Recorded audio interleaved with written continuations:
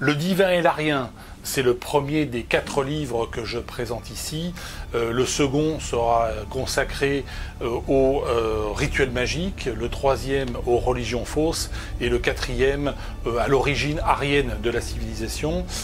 Alors, nous savons aujourd'hui que l'Occident particulièrement, mais c'est vrai du monde entier, est en train de se déchristianiser. Les religions révélées, de manière générale, les religions abrahamiques, christianisme, judaïsme, islam, sont en recul, même s'il y a tous les jours des conversions et tous les jours des baptêmes. Mais globalement, le grand phénomène sociologique et spirituel de ces 40 ou 50 dernières années, c'est quand même la déchristianisation de l'Occident. Moi, je vous parle particulièrement du monde arien, parce que je ne suis ni un papou, ni un inuit, ni un aborigène d'Australie, ni un touareg. Voilà. Donc je parle de ce que je connais à peu près.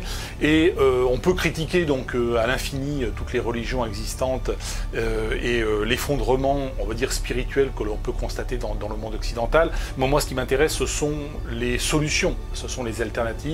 Et donc je vais puiser, naturellement je n'invente rien, je vais puiser dans les écrits de nos glorieux ancêtres, dans la tradition arienne ancestrale, les solutions à la spiritualité de demain, car il n'y a pas de civilisation s'il n'y a pas de spiritualité, il n'y a pas d'identité s'il n'y a pas de spiritualité, il n'y a pas non plus de spiritualité s'il n'y a pas d'identité. Ce sont les deux faces, naturellement, d'une même médaille.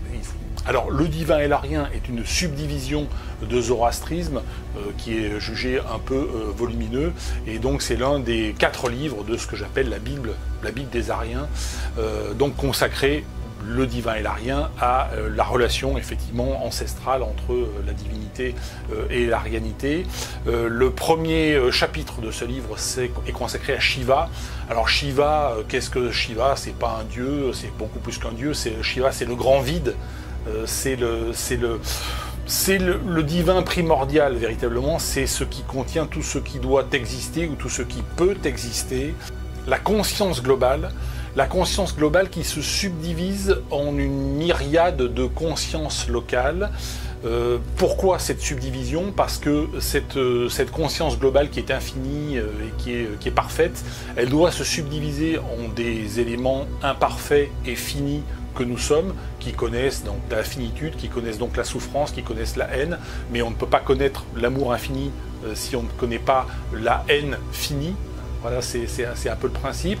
Donc cette conscience globale qui est Shiva, donc Shiva n'est pas un dieu, c'est un flux de jouissance. La jouissance est la substance du monde, nous disent les textes ariens ancestraux. Alors lorsqu'on parle de textes ariens ancestraux, naturellement, la civilisation arienne a brillé originellement entre le Nil et l'Indus jusqu'en 1200 avant Jésus-Christ. À partir du 1200 avant Jésus-Christ, les Ariens du Nord vont conquérir l'Égypte, vont conquérir le royaume hittite qui va disparaître, vont conquérir la Mésopotamie, vont conquérir l'Inde, bien évidemment, et détruire la civilisation des Ariens du Sud qui avait quelque peu dégénéré. Une civilisation des Ariens du Sud qui était à la fois littéraire et mathématique. La civilisation des Ariens du Nord, à l'époque, elle est strictement mathématique, elle est strictement géométrique. Donc aujourd'hui, quand on pense au monde arien, on pense plutôt au monde européen ou américain, et effectivement les pays comme de l'Inde, on va dire à l'Égypte, ont quelque peu dégénéré, pour des raisons anthropologiques sur lesquelles je ne reviens pas. Donc bien évidemment, quand on va chercher, quand on parle effectivement d'origine de la spiritualité arienne, il faut d'abord regarder ce qui s'est passé dans cette zone entre le Nil et l'Indus.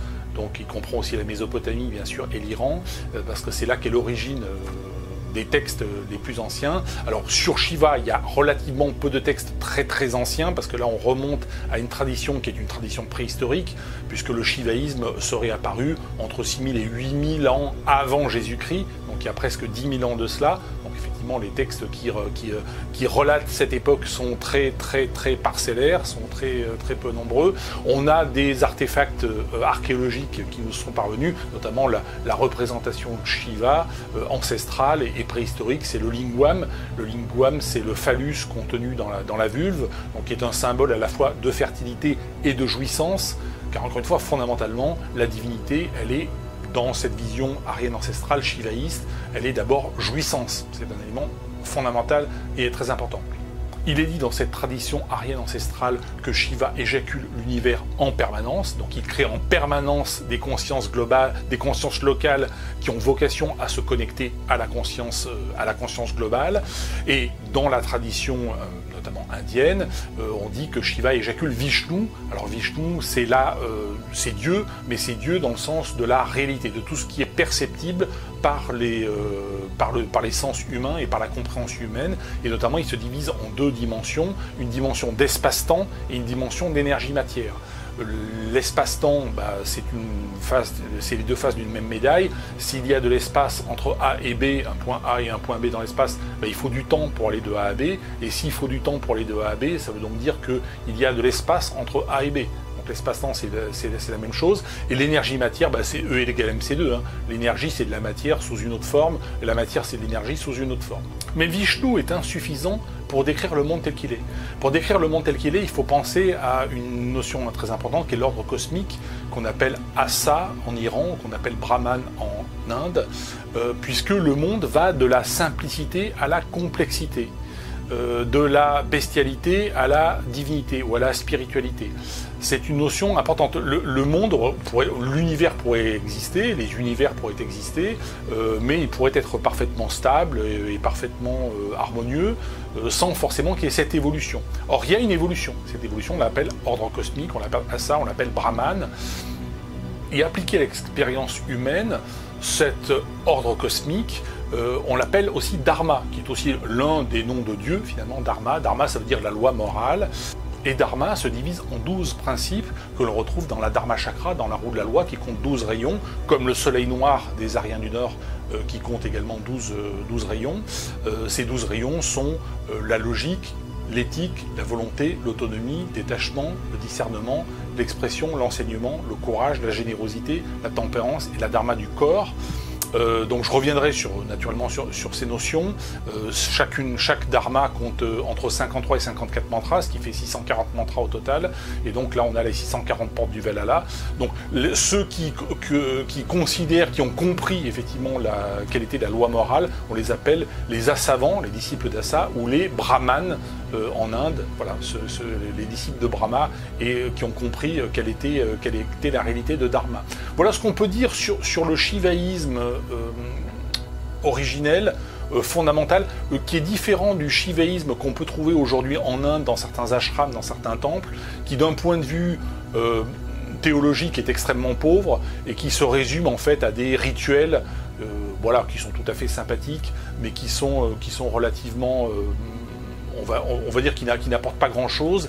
Et les écrits récents sur le shivaïsme, récents, c'est-à-dire qui ont eu une quinzaine de siècles, ou qui datent du 5e siècle ou du 4e siècle après Jésus-Christ, sont relativement peu intéressants. Moi, je me suis intéressé aux écrits vraiment...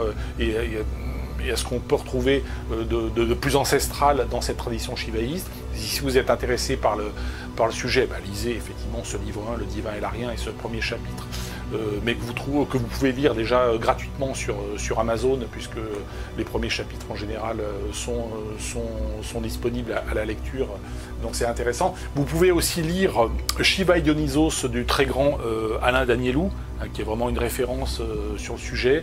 Lui, vraiment, il s'intéresse à cette tradition très, très, très ancestrale. C'est vraiment le grand spécialiste. Il existe aussi chez Danielou la fantaisie des dieux et l'aventure humaine, d'après la tradition shivaïste. C'est un livre qui est peut-être un peu plus difficile à trouver, mais bien sûr, je me suis inspiré et je cite largement Danielou. Vous pouvez également lire Grégoire de Visme, Arya Dharma, l'héritage indo-européen. Un livre assez volumineux, il y a beaucoup de choses très intéressantes. Et puis bien sûr, vous trouverez effectivement ce chapitre Shiva, naturellement dans Zoroastrisme, la religion des Aryens d'hier et de demain. Voilà, merci à toutes et à tous, et je reviendrai vers vous pour vous détailler un prochain chapitre de ce premier livre sur le divin et l'arien. Merci à tous, à bientôt.